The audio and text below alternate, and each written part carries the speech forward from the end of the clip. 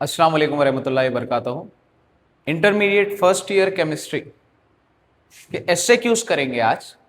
जब बात आएंगे एलए की, एलए के लिए आपको boards model with hydrogen spectrum, quantum numbers, ये दो क्वेश्चन में से एक गारंटीड आएगा। कौन सा? Bohr's model with hydrogen spectrum और क्वांटम नंबर्स। और दूसरा क्वेश्चन रहेगा आपका एलए में ionization energy and factors affecting ionization energy, periodic properties और एसपीडीएफ ब्लॉक्स। ये तीन क्वेश्चन में से एक और दो क्वेश्चन, तीन कौन से? आयोनाइजेशन एनर्जी, पीरियोडिक प्रॉपर्टीज और एसपीडीएफ ब्लॉक्स। तीन में से एक boards model with hydrogen spectrum और क्वांटम नंबर्स, ये दो में से एक। अभी आज तो मैं आपको ऐसे क्यूज पढ़ा रहा हूं, ये आप 5 एल क्यूज पढ़ लीजिए, इजी है ये। अगर नहीं हो सक रहा आप तो आप कमेंट करिए, इसमें मैं इसके लिए भी वीडियो बना दूंगा इंशाल्लाह। अभी ऐसे क्यूज की जब बात आएंगी तो आपको केमिकल बॉन्डिंग में से दो ऐसे क्यूज आएंगे। केमिकल बॉन्डिंग है, केमिकल बॉन्डिंग में से अगर आप 5 ऐसे क्यूज पढ़ेंगे तो आपको दो ऐसे क्यूज आएंगे। 5 ऐसे क्यूज कौन से है? आपको hybridization of SF6, hybridization of PCl5, hybridization हो गए दो, और हाइड्रोजन बॉन्ड, फिर कोऑर्डिनेट कोवेलेंट बॉन्ड और Fajans rule. Coordinate covalent bond और फाजन्स रूल, ये 5 क्वेश्चन अगर आप पढ़ लेंगे तो ये 5 में से इंशाल्लाह दो ऐसे क्यूज आएंगे। तो फर्स्ट क्वेश्चन अच्छे से देखिए, 5 ही क्वेश्चन पढ़ना है आपको। प्रोबेबली अगर आयोनाइजेशन एनर्जी आयोनिक बॉन्ड पे अगर पूछा तो एक क्वेश्चन आयोनिक बॉन्ड पे भी बनता, लेकिन ये 5 क्वेश्चन इंपॉर्टेंट है। ये 5 में से दो ऐसे क्यूज आते। तो first, hybridisation of SF6 PCl5, ये वाले देख लीजिए। SF6 का हाइब्रिडाइजेशन क्या है? SF6 का हाइब्रिडाइजेशन sp3d2 हाइब्रिडाइजेशन। अब सबसे पहले तो हाइब्रिडाइजेशन क्या है ये बोलना है आपको। What is hybridization? Hybridization is intermixing और ओवरलैपिंग ऑफ 2 और more orbitals to give hybrid orbitals of same energy. आप दो या दो से ज्यादा ऑर्बिटल्स को ओवरलैप करा के हाइब्रिड ऑर्बिटल्स बना रहे, जिसकी वजह से आप उसको हाइब्रिडाइजेशन बोल रहे हैं। जितने ऑर्बिटल्स ओवरलैप करा रहे उतने हाइब्रिड ऑर्बिटल्स बनते। अब यहां पर SF6 का हाइब्रिडाइजेशन है sp3d2। अब sp3d2 के लिए आप स्टार्ट करेंगे इन SF6 the central atom is S stands for sulphur. Sulphur hexafluoride है। तो atomic number of sulphur is, atomic number क्या है सल्फर का? Of sulphur is 16। फिर इसका ground state electronic configuration of sulphur, ये पॉइंट वाइज ऐसे लिखेंगे आप। इन SF6 the central atom is S, atomic number of S is 16, ground state electronic configuration of sulphur is 1s2 2s2 2p6 3s2 3p4। देखिए 2 2 4 6 10 12 और ये 16 हो गए। 16 electrons है यहां पर। P के 3 डीजेनरेट ऑर्बिटल्स होते, 1 2 3 4। तो अब ये ground state configuration. Excited state में जो है इलेक्ट्रॉन्स लास्ट वैलेंस शेल में जहां पर पेयर्ड होते वो सिंगल इलेक्ट्रॉन्स हो जाते, लोन इलेक्ट्रॉन्स होकर जंप कर जाते। कहां पे जंप कर जाते? वेकेंट ऑर्बिटल्स में जंप करते। तो excited state electronic configuration of sulphur is 1s2 2s2 2p6, यहां पे डबल है तो सिंगल हो जाता है। 3s1 यहां पे भी डबल है तो 4 जाके 3 हो जाते। यहां से एक निकला, यहां से एक निकला, आगे जाता। आगे कौन है? 3d2। अब इन्हों क्या हो गए देखिए, यहां पर एक S, 1 2 3p, D के 5 ऑर्बिटल्स होते, 1 2 1 2 3 4 5 6, 6 ऑर्बिटल्स है। कौन से 6 ऑर्बिटल्स? एक 3s वाला है, 3s के नहीं है, एक 3s वाला ऑर्बिटल है। 3p के 3 ऑर्बिटल है, 3px 3py 3pz। 3d के 2 ऑर्बिटल, ये ऑर्बिटॉल्स कौन से orbital, 1s orbital, 3p ऑर्बिटॉल्स and 2d ऑर्बिटॉल्स। कितने ऑर्बिटॉल्स है देखिए, एक s का, 3p के और 2d के ऑर्बिटॉल्स ओवरलैप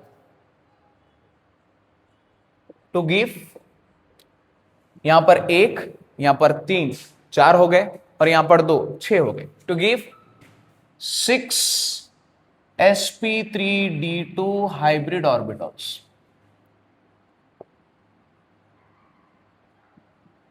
अब ये सल्फर है, सल्फर को 6 हाइब्रिड ऑर्बिटॉल्स हो गए, ये 6 हाइब्रिड ऑर्बिटॉल्स के साथ 6 fluorine atoms and on and bond होकर सल्फर हेक्साफ्लोराइड बनाते, F F, यहां पर एक F, इधर एक F, इधर एक F और इधर एक F। कितने हो गए देखिए पूरे, 1 2 3 4 5 6। अब इनको कंप्लीट करिए।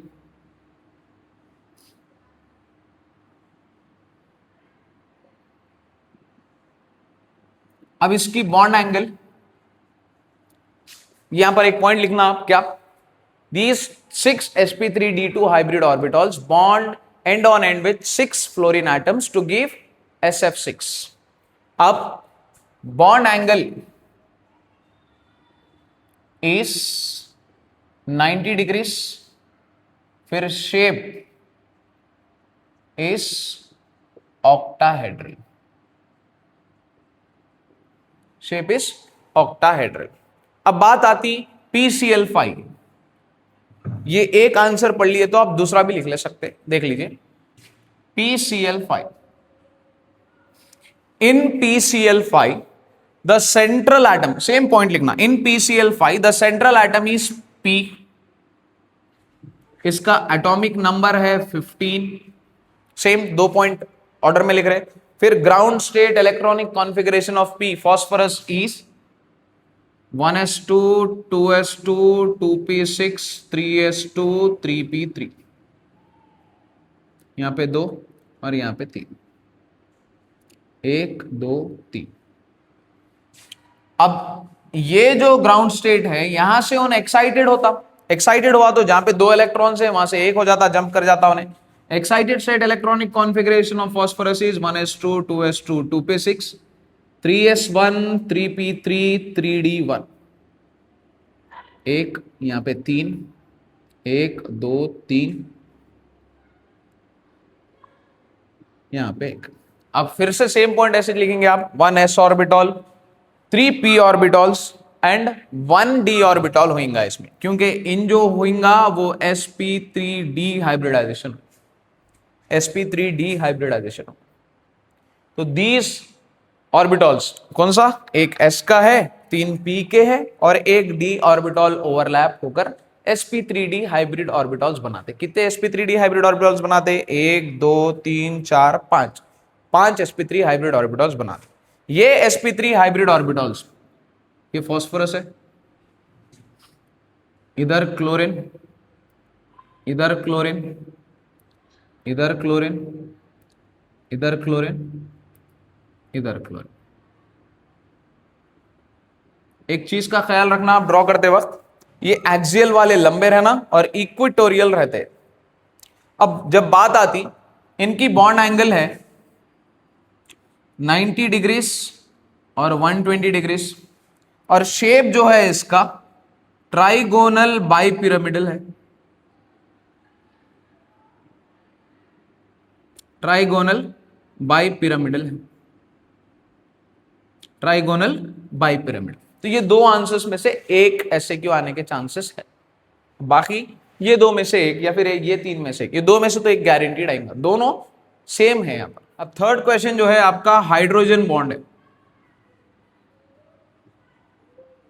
Hydrogen bond is a bond form between, hydrogen bond is a bond form between, bond between hydrogen and highly electronegative atom, highly electronegative atom of same molecule और सेम कंपाउंड और डिफरेंट कंपाउंड। हाइड्रोजन बॉन्ड जो है hydrogen के बीच और एक highly electronegative atom, electronegative atom किसको बोलते हैं, जो इलेक्ट्रॉन्स गेन करता, जैसे कि ऑक्सीजन है तो उन इलेक्ट्रोनेगेटिव है, फ्लोरीन है तो उन इलेक्ट्रोनेगेटिव है। तो यहां पर हाइड्रोजन बॉन्ड जो है bond between hydrogen and highly electronegative atom of same और डिफरेंट कंपाउंड, ये सेम का हो सकता या फिर डिफरेंट मॉलिक्यूल या कंपाउंड का हो सकता। तो hydrogen bond is denoted by dotted lines, it is denoted by dotted lines. अब हाइड्रोजन बॉन्ड्स दो तरह के हैं, टाइप्स कितने हैं हाइड्रोजन बॉन्ड्स के, दो है। एक है इंटरमॉलिक्यूलर हाइड्रोजन बॉन्ड, दूसरा है इंट्रामॉलिक्यूलर हाइड्रोजन बॉन्ड। अब इंटरमॉलिक्यूलर और इंट्रामॉलिक्यूलर हाइड्रोजन बॉन्ड्स में पहले आप इंटरमॉलिक्यूलर हाइड्रोजन बॉन्ड देखिए। What is intermolecular hydrogen bond?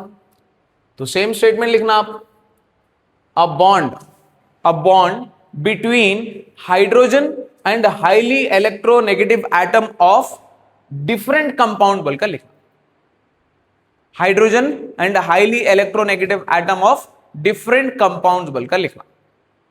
और इंट्रामॉलिक्यूलर में a bond between hydrogen and highly electronegative atom of same compound बोलकर लिखना है, फिर सेम मॉलिक्यूल बोलकर लिखना। क्या है इंटरमॉलिक्यूलर? क्या है? Same statement, bond between hydrogen and highly electronegative atom of different compound. Intermolecular के लिए डिफरेंट है, इंट्रामॉलिक्यूलर के लिए सेम है। तो एग्जाम्पल देख लो इसका, आप ले रहे हाइड्रोजन फ्लोराइड, ये एक हाथ में मेरे हाइड्रोजन फ्लोराइड है, दूसरे हाथ में भी हाइड्रोजन फ्लोराइड। मैं क्या कर रहा हूं, इसको इससे मिला दे रहा हूं, मिलाया तो मिल जाता हो। कैसा मिलता? ये एक हाइड्रोजन फ्लोराइड रखा हुआ है थोड़ी दूर पे और एक हाइड्रोजन फ्लोराइड रखा हुआ है, तो मैं क्या कर रहा हूं, दोनों को मिला रहा हूं। ये दोनों अलग अलग चीजें हो गए। कैसा? ये दोनों अलग अलग रखे हुए हैं, ये एक मॉलिक्यूल नहीं है, यहां पे थोड़ा रखे हुआ है, यहां पे थोड़ा रखे हुआ है। अब मैं मिला दे रहा हूं, उसमें मिला दे रहा हूं तो क्या हो जा रहा है, ये फ्लोरीन के बीच में और ये हाइड्रोजन के बीच में हाइड्रोजन बॉन्ड बन रहा है। तो इसको बोलते इंटरमॉलिक्यूलर हाइड्रोजन बॉन्ड। कौन सा बॉन्ड बोलते हैं? Intermolecular hydrogen bond. अब इंट्रामॉलिक्यूलर हाइड्रोजन बॉन्ड के लिए, इंट्रामॉलिक्यूलर हाइड्रोजन बॉन्ड के लिए अब same statement, bond between hydrogen and highly negative electronegative atom of same compound बोलकर लिखेंगे, bond between hydrogen and highly electronegative atom of same compound. तो इसके लिए एग्जांपल है ओ नाइट्रोफेनॉल, ऑर्थोनाइट्रोफेनॉल। तो अब ये ऑर्थोनाइट्रोफेनॉल के लिए आप क्या करेंगे, ये ले लो आप फेनॉल, ये पूरा एक ही कंपाउंड है भाई। ये फेनॉल पे इधर एक ऑक्सीजन लगा हुआ है, इधर एक ऑक्सीजन लगा हुआ है, सॉरी इधर एक नाइट्रोजन लगा हुआ है, double bond O H,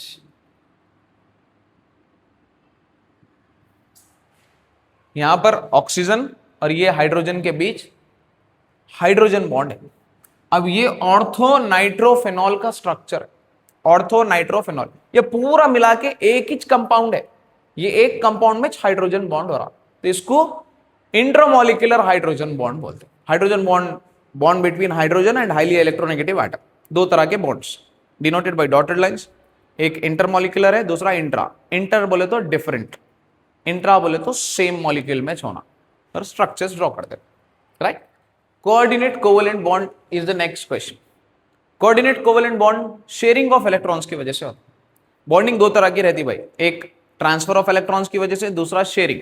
sharing में फिर दो कैटेगरीज है। शेयरिंग में दोनों लोग इलेक्ट्रॉन्स को इन्वॉल्व कराते, दोनों लोग इलेक्ट्रॉन्स शेयर करके बॉन्ड बनाते, या फिर एक बॉन्ड में मतलब एक इलेक्ट्रॉन शेयर करता, मतलब एक इलेक्ट्रॉन्स आपको प्रोवाइड करता, दोनों शेयर करते। एग्जाम्पल ले लो आप इसका, बिरयानी है, 400 रुपए की बिरयानी है, फर्ज करिए 400 रुपए की बिरयानी है, तो दो लोग दोस्त है, तो दोनों दोस्त क्या कर रहे, इन्हों भी 200 डाल रहे, इन्हों भी 200 डाल के बिरयानी के लिए पैसे कंट्रीब्यूट करके 400 रुपये बिरयानी के पैसे कंट्रीब्यूट हुए, कंट्रीब्यूट होने के बाद दोनों शेयर करके खाए। तो this is contribution by both the atoms or both the molecules and sharing the electrons.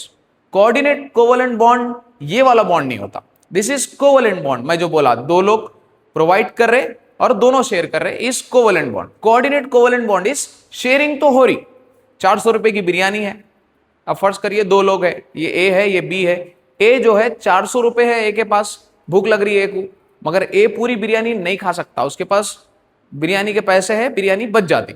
B के पास पैसे नहीं है, खाली पेट है, पैसे नहीं है, इनो अब इनो पूछ रहे कि भाई आप क्या डाल रहे हैं, मेरे पास कुछ भी नहीं है, खाली पेट है, मैं खा ले सकता हूं। तो इनो इलेक्ट्रॉन्स दे रहे, इन दोनों खा रहे उसको, तो दोनों शेयर कर रहे हैं। कोऑर्डिनेट कोवलेंट बॉन्ड का स्टेटमेंट क्या है? Sharing of electrons between two atoms, here the provision of electrons is done by one atom और मॉलिक्यूल। एक ही जना इलेक्ट्रॉन्स प्रोवाइड कर रहा, दोनों शेयर कर रहे। अब this coordinate covalent bond is also called dative bond. कौन सा बॉन्ड बोलते हैं इसको?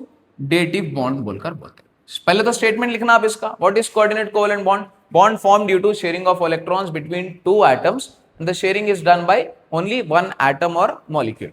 अब this is also called dative bond, denoted by, it is denoted by this ray. Here this ray goes from donor to acceptor, और इसका example जो है इसका NH4 प्लस मॉलिक्यूल है, NH4 plus molecule, ammonium ion बोलते हैं इसको, ammonium ion. ये जो अमोनियम आयन है ये कैसा बनता? NH3 plus plus H plus gives NH4 plus, ये इसका केमिकल रिएक्शन है। लेकिन इसमें डेटिव बॉन्ड कैसा बन रहा, मतलब कोऑर्डिनेट कोवलेंट बॉन्ड कैसा बन रहा वो देखिए। ये नाइट्रोजन है, यहाँ पे दो इलेक्ट्रॉन्स है लोन पेयर, इधर एक हाइड्रोजन, इधर एक हाइड्रोजन, इधर एक हाइड्रोजन। अब यहां पे जो है एक खाली ऑर्बिटल के साथ हाइड्रोजन है, एक भी इलेक्ट्रॉन नहीं है उसके पास, जगह है इलेक्ट्रॉन रखने की, तो इन्हें क्या बोलते हैं? ठीक है भाई आप इलेक्ट्रॉन रख लीजिए ऐसा, मेरे इलेक्ट्रॉन्स आप रखिए ऐसा। यहां पर ये हाइड्रोजन हाइड्रोजन हाइड्रोजन, ये जो दो इलेक्ट्रॉन्स है, अच्छे से देखिए एरो, इन्हों दो इलेक्ट्रॉन्स इनके पास रख रहे बोलकर इंडिकेट कर रहा, इन डोनेट कर रहा, उन एक्सेप्ट कर। This is the formation of NH4 plus ion, right?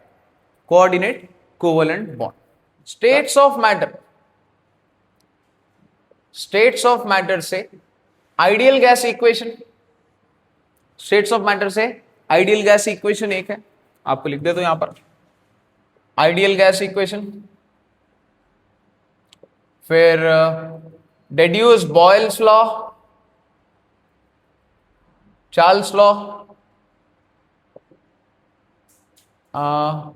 and Graham's law by kinetic gas equation, मतलब ये अलग अलग आता, by kinetic gas equation या फिर Graham's law by kinetic gas equation।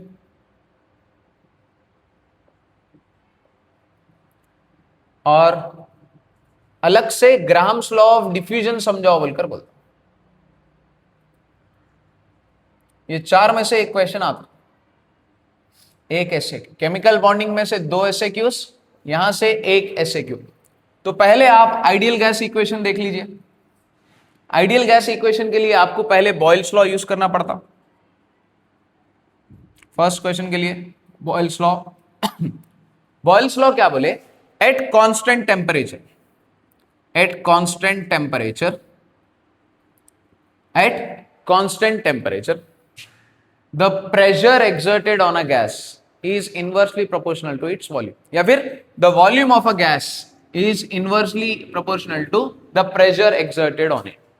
आप एग्जाम्पल ले लो इसका, एक सिलेंडर ले लो, सिलेंडर छोटा सिलेंडर लो, मतलब घर में ऐसा सिलेंडर ले लो, वो गैस इतने छोटे सिलेंडर में है, वो सिलेंडर अगर आप खोल दिए रेगुलेट, मतलब उसको गैस बाहर आए जैसा, तो वो पूरी गैस फैल जाती रूम में।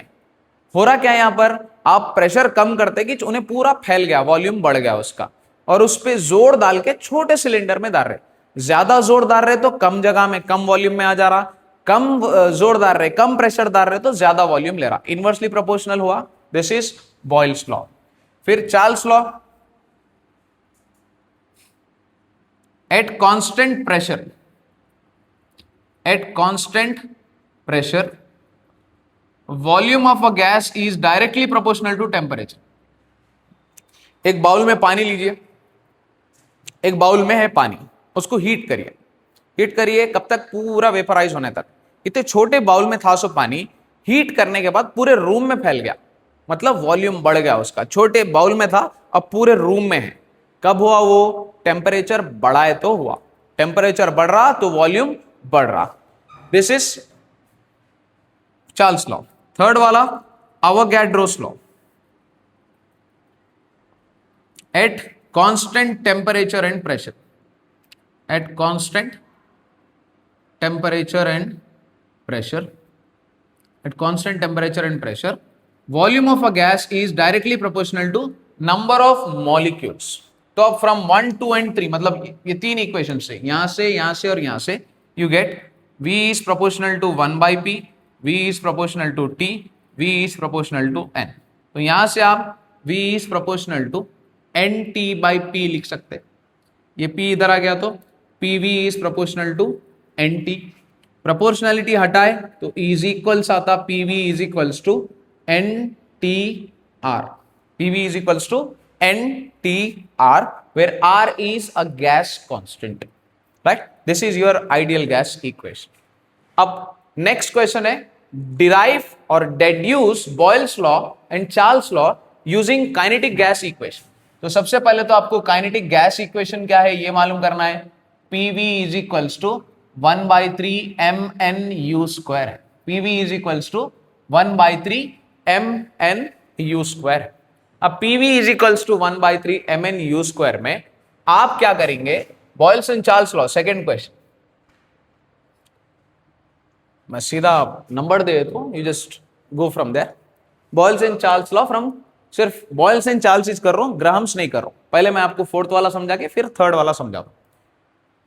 तो बॉयल्स लॉ और Charles law using kinetic gas equation के लिए आप क्या करेंगे, वी नो, ऊपर की इक्वेशन लिख लो, PV is equals to 1/3 MnU square, PV is equals to 1/3 MnU square.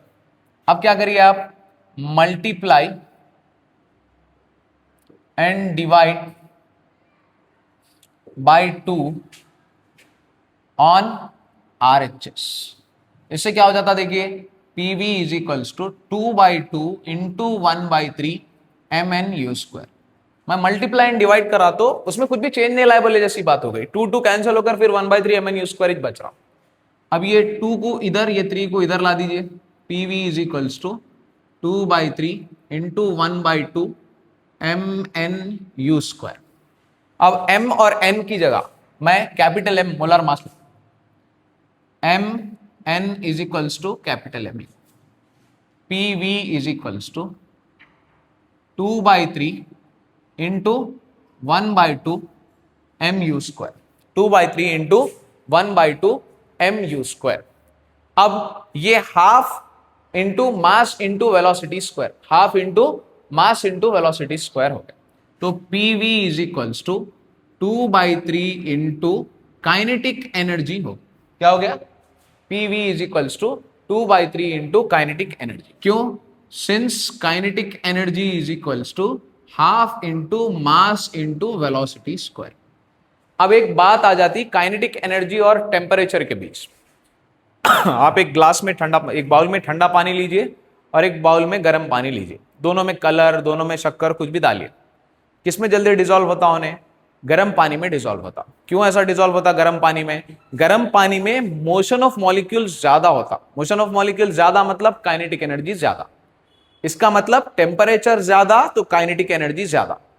Kinetic energy is directly proportional to absolute temperature है।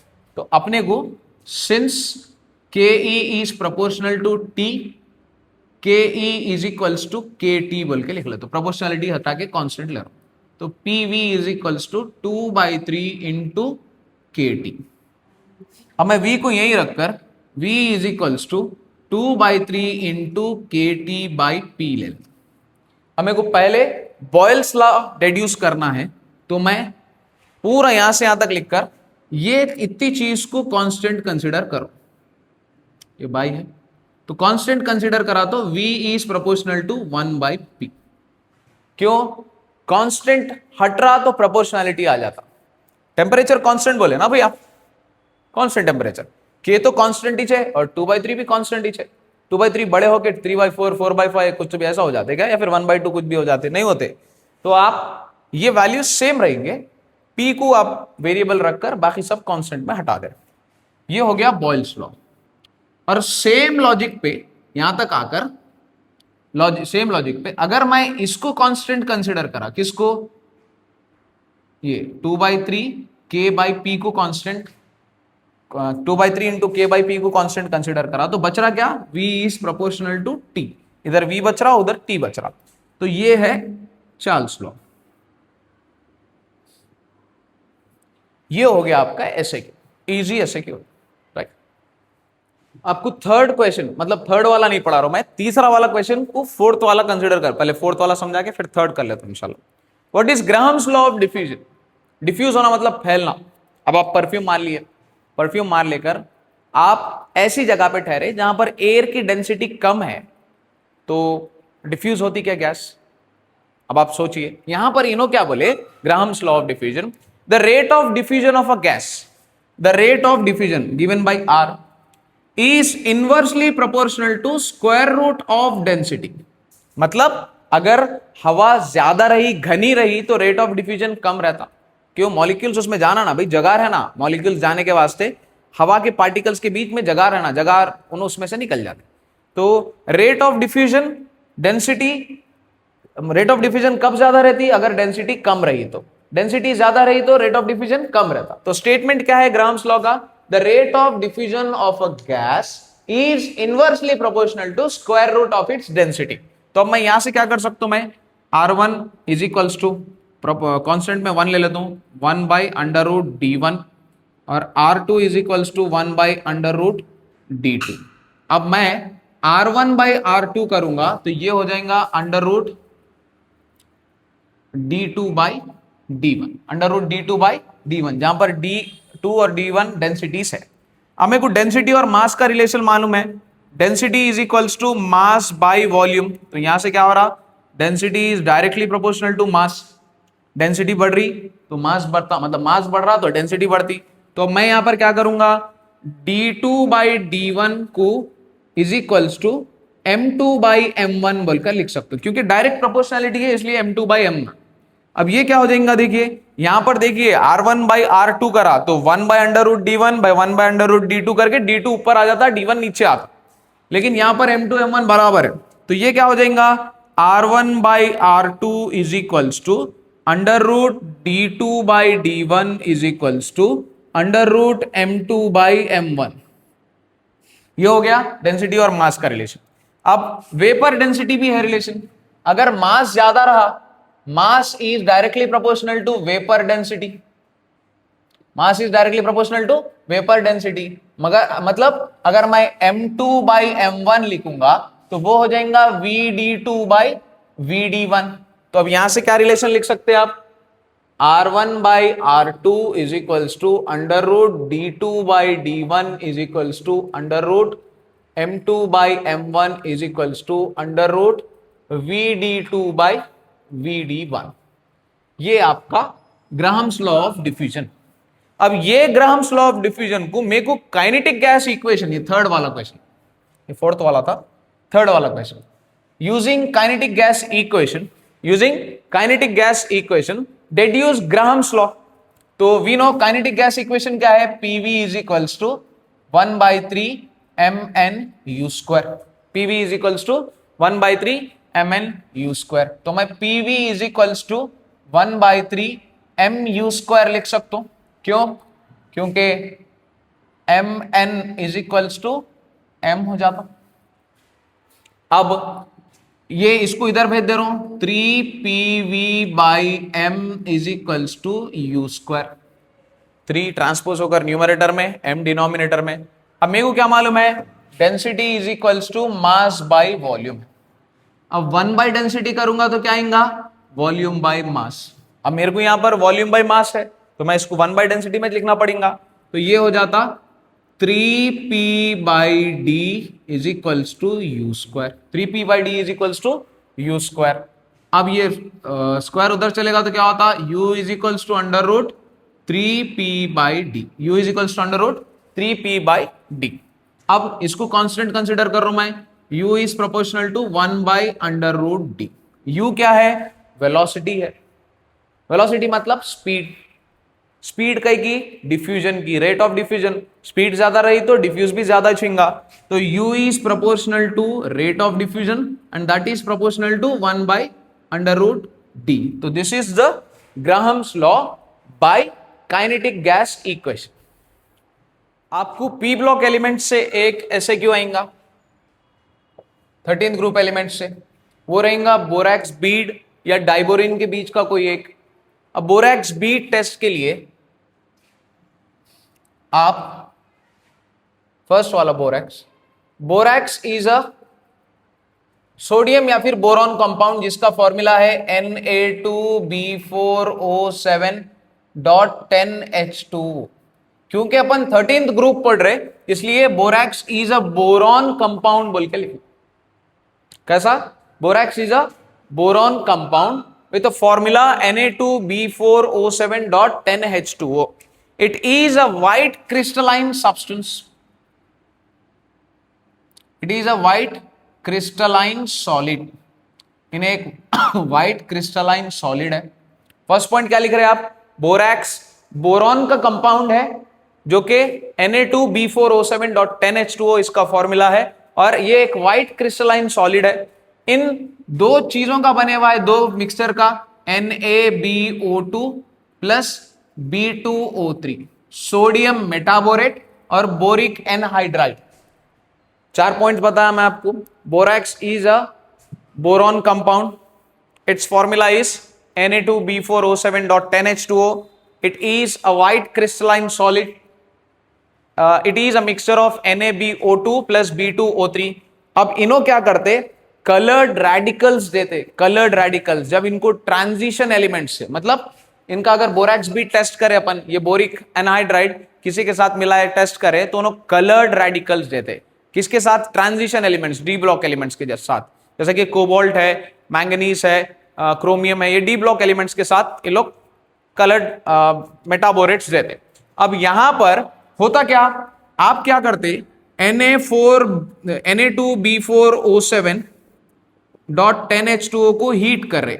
ऑब्वियसली पानी है, सो चीज को हीट करेंगे तो पहले पानी उड़ जाता, Na2B4O7 उड़ गया, वेपराइज हो गया। फिर इसको हीट कर रहे तो इन्हें व्हाइट क्रिस्टलाइन सॉलिड में जाकर NaBO2 प्लस B2O3 एक ट्रांसपेरेंट ग्लासी मटेरियल बन जाता। ट्रांसपेरेंट ग्लासी मटेरियल बन जाता। अब अपन क्या करते, बोरैक्स बीट टेस्ट के लिए example, COO plus B2O3 gives COBO2 taken twice हो जाता। अब ये जो कंपाउंड बन रहा, इन्हें ब्लू कलर का है। अभी बोला मैं आपको कलर्ड मेटाबोरेट्स देते बोलकर, ये cobalt transition D block element है, इनको अगर अपन इनके साथ मिलाए तो इन्होंने कलर्ड मेटाबोरेट दिए। फिर से सुनिए, बोरैक्स बीट टेस्ट में आप बोरॉन ले रहे, सॉरी बोरैक्स ले रहे। बोरैक्स एक बोरॉन का कंपाउंड है जिसका फॉर्मूला है Na2B4O7.10H2O। ये व्हाइट क्रिस्टलाइन सॉलिड है। इन्हें दो सब्सटेंसेस का मिक्सचर है, मतलब इन्हें NaBO2 प्लस B2O3, ये इन दोनों का कंपाउंड, मतलब इन दोनों मिले हुए तो उन्होंने बना। अब यहां पे कर रहे क्या आप, Na2B4O7.10H2O को हीट करे तो पहले पानी वेपराइज हो जा रहा, पानी चले जा रहा, और फिर और हीट कर रहे तो NaBO2 प्लस B2O3 बन रहा। ये इसका इन्हों कैसे रह रहे, ट्रांसपेरेंट ग्लासी मटेरियल बन रहे। और फिर COO प्लस B2O3 को मिला है तो COBO2 टेकन ट्वाइस हो जा रहा, जो कि ब्लू कलर का रह रहा. This is borax B.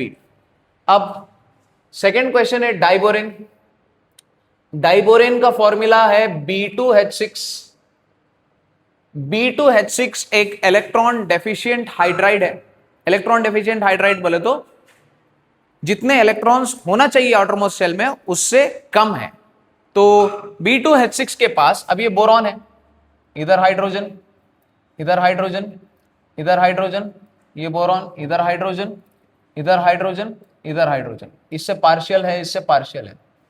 तो आउटरमोस्ट शेल में इसके 14 इलेक्ट्रॉन्स के बजाय 12 इलेक्ट्रॉन्स है, इसलिए इन्हें इलेक्ट्रॉन डेफिशिएंट हाइड्राइड है. B2H6 is an electron deficient hydride. It has 12 electrons instead of 14 electrons.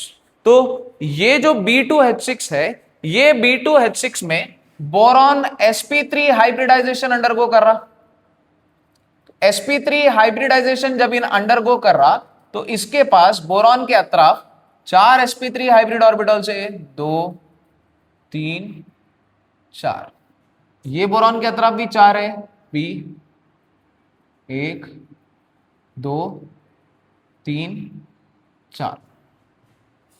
लेकिन हाइड्रोजन यहां पर एक, यहां पर एक, मतलब ये बोरॉन एक इलेक्ट्रॉन, ये हाइड्रोजन एक इलेक्ट्रॉन, ये बोरॉन एक इलेक्ट्रॉन, ये हाइड्रोजन एक इलेक्ट्रॉन, हाइड्रोजन बोरॉन हाइड्रोजन, फिर ये बोरॉन के साथ इधर हाइड्रोजन, इधर हाइड्रोजन, इधर हाइड्रोजन. तो इनो इनके साथ बॉन्डिंग नहीं कर रहे तो पार्शियल बॉन्ड बना ले रहे इनो, और इनो इनके साथ बॉन्ड डायरेक्टली नहीं कर रहे तो क्या हो जा रहा, पार्शियल बॉन्ड बन रहा है इनका. तो इनको ब्रिज हाइड्रोजन्स बोलते हैं. ब्रिज हाइड्रोजन्स बोले तो ये बोरॉन, इधर हाइड्रोजन, इधर हाइड्रोजन जो बन रहे इनको टर्मिनल हाइड्रोजन्स बोलते, और ये जो बन रहे इनको ब्रिज हाइड्रोजन्स बोलते. यहां पे एक हाइड्रोजन, यहां पे एक हाइड्रोजन, फिर ये बोरॉन, इधर एक हाइड्रोजन, इधर एक हाइड्रोजन. तो बोरॉन B2H6 में 4 टर्मिनल हाइड्रोजन, 1 2 3 4 और 2 ब्रिज हाइड्रोजन. अब यहां पर टर्मिनल पे 2 इलेक्ट्रॉन्स है, 2 इलेक्ट्रॉन्स है, दोनों में बढ़ रहे. इधर 2 इलेक्ट्रॉन्स है तो इन दोनों बांट ले रहे, इधर 2 इलेक्ट्रॉन्स है तो इन दोनों बांट ले रहे. तो टर्मिनल पे 2 सेंटर्ड 2 इलेक्ट्रॉन्स. ब्रिज पे यहां पे है सो 2 इलेक्ट्रॉन के लिए 3 लोग कंटेंडर्स है, 1 2 3. 3 सेंटर्ड, 3 लोग सेंटर्ड में, मतलब 2 इलेक्ट्रॉन्स 3 लोग के बीच में है. 3 centred 2 electrons on bridge hydrogens, 2 centred 2 electrons on terminal hydrogen. और ये बॉन्ड को बनाना बॉन्ड और टाउ बॉन्ड भी बोलते हैं. राइट, ये 2 आंसर्स इसमें से इंपॉर्टेंट है, नोट कर लीजिए.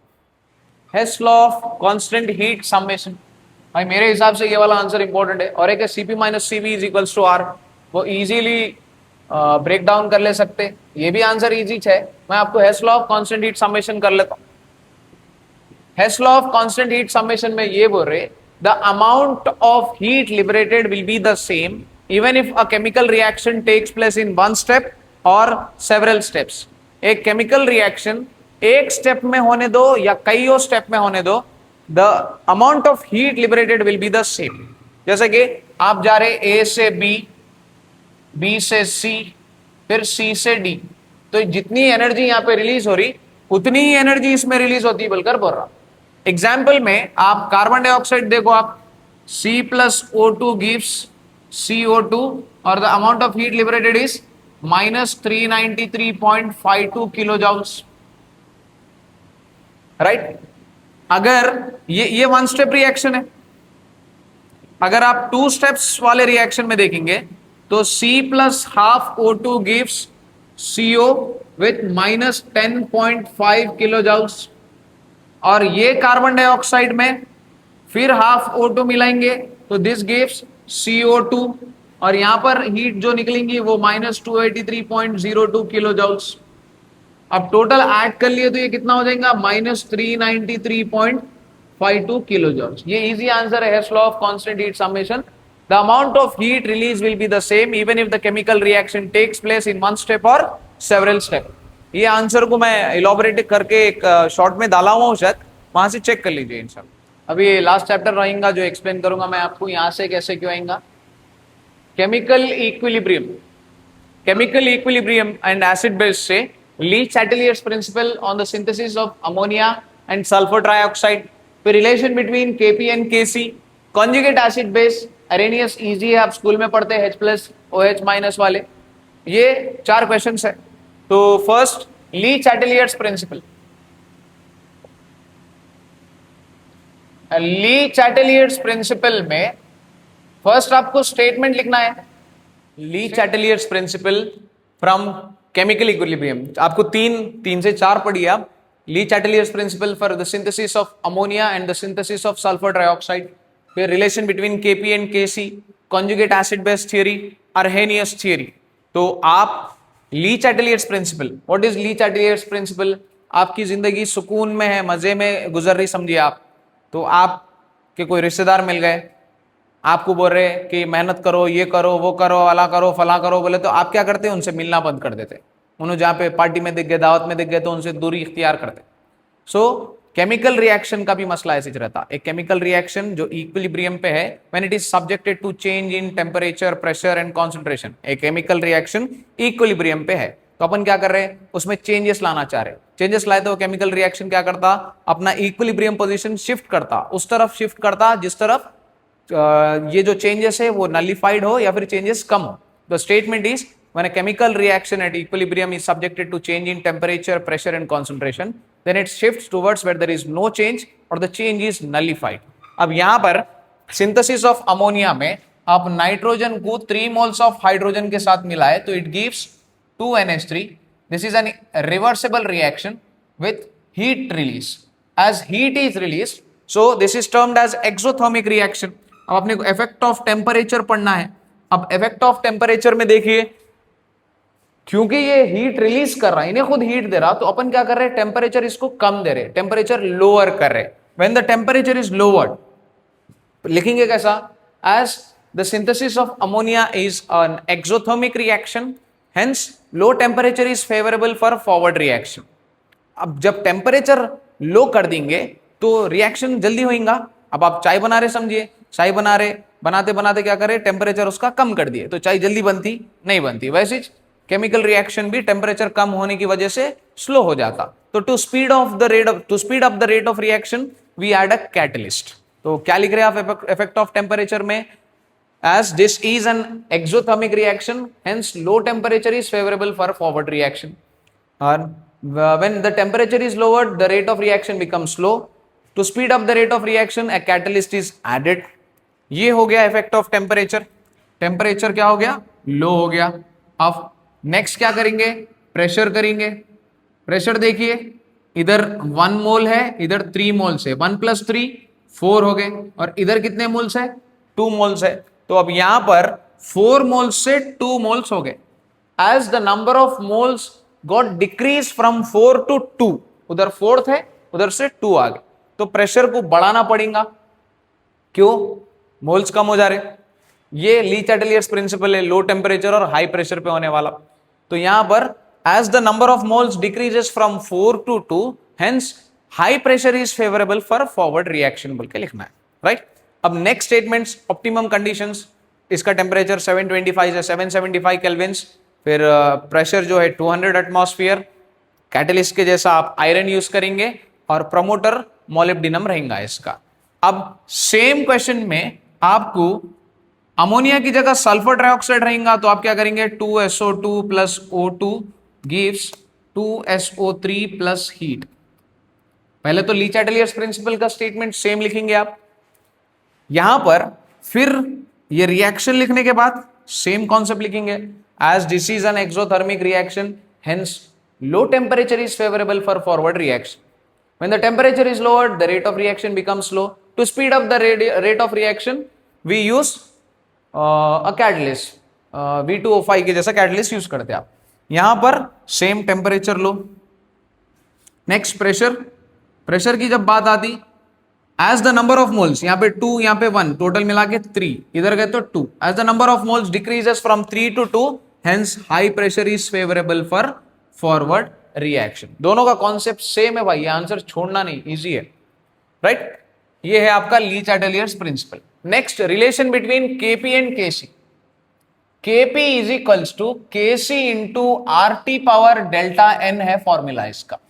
अब ये जो रिलेशन है delta N is equals to number of moles of product minus number of moles of reactants, बस इस पे होने का है भाई। देखिए, तो एक रिएक्शन ले लीजिए, ये रिएक्शन लीजिए आप, ये दो रिएक्शन ले लीजिए, इस पे केपी केसी का relation N2 plus 3H2 gives 2NH3। इधर नंबर ऑफ मोल्स कितने हैं 4, इधर 1 है, इधर 3 है, 4, इधर कितने हैं 2 है ना 2, इधर 1 है, इधर 3 है, पूरा मिला के 4, इधर 2 है तो 2।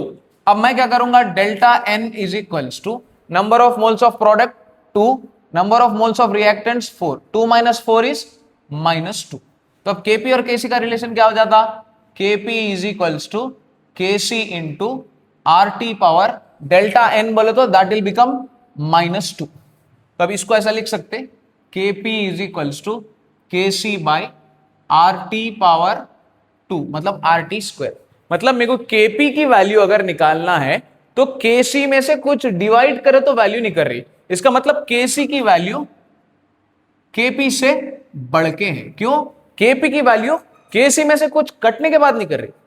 तो आपको क्या याद रखना है, अगर डेल्टा एन की वैल्यू नेगेटिव आई तो केसी बढ़ के, अगर डेल्टा एन की वैल्यू पॉजिटिव आई तो केपी बढ़ के।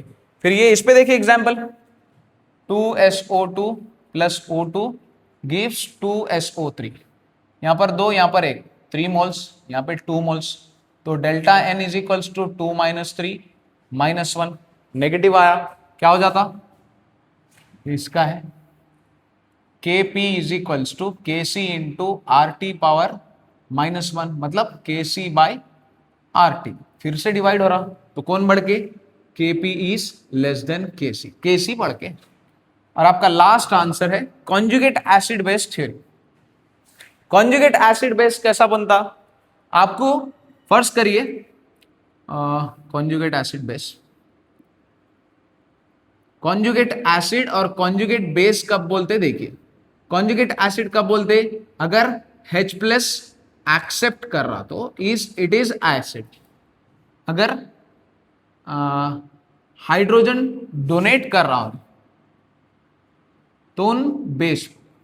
अब एग्जाम्पल ले लीजिए आप, NH3 plus H2O, NH3 plus H2O, ये NH3 ये H2O, इन हो गया NH4 प्लस OH माइनस।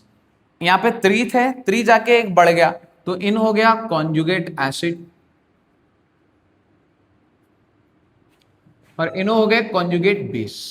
याद रहना भाई, टेबुलर कॉलम पूछता हूं ऐसा इजी रहता है। कॉन्जुगेट एसिड बेस बोले तो क्या करना, एसिड में हाइड्रोजन बढ़ा देना, बेस में हाइड्रोजन कम कर देना। नेक्स्ट और एक एग्जाम्पल, अब यहां पर और एक एग्जाम्पल, HCl प्लस H2O, ये जाकर H3O plus plus Cl minus, इन्हों हो गए कॉन्जुगेट एसिड और इन्हों हो गए कॉन्जुगेट बेस। अब एक और एक चीज देखिए, इस पे से Bronsted Lowry acid base theory, ये जो कॉन्जुगेट एसिड था इन रिएक्शन से पहले ब्रॉन्स्टेड बेस था। क्या था, ब्रॉन्स्टेड बेस, मतलब इधर जो बेस होता उन H प्लस एक्सेप्ट करके उधर बेस बदल लेता, एसिड बन जाता। इन क्या था, ब्रॉन्स्टेड एसिड। तो वाटर हमेशा एसिडिक रहता क्या, नहीं, इन इधर एसिड था तो इधर क्या था, ब्रॉन्स्टेड बेस, ये ब्रॉन्स्टेड एसिड, राइट। ये हो गया आपके 6 एसएक्यूज। अब बाकी के जो 2 चैप्टर से मैं आपको वो सरासरी बोल देता हूं, वो सुन लीजिए। बाकी के जो 2 चैप्टर है वो आपको मैं सरसरी बोल देता हूं, वो सुन लीजिए। तो हाइड्रोजन एंड इट्स कंपाउंड्स में आइसोटोप्स ऑफ हाइड्रोजन, एक question, isotopes of hydrogen, utility of hydrogen as fuel, फिर हार्ड वाटर सॉफ्ट वाटर में आयन एक्सचेंज प्रोसेस और कैल्गिन्स मेथड और यूजेस ऑफ H2O2, ये 4 क्वेश्चंस। फिर स्टोइकोमेट्री से आपको ion electron method on acidic medium और एम्पिरिकल फॉर्मूला और मॉलिक्यूलर फॉर्मूला कैलकुलेट कर, right. These are your SAQs from chemistry.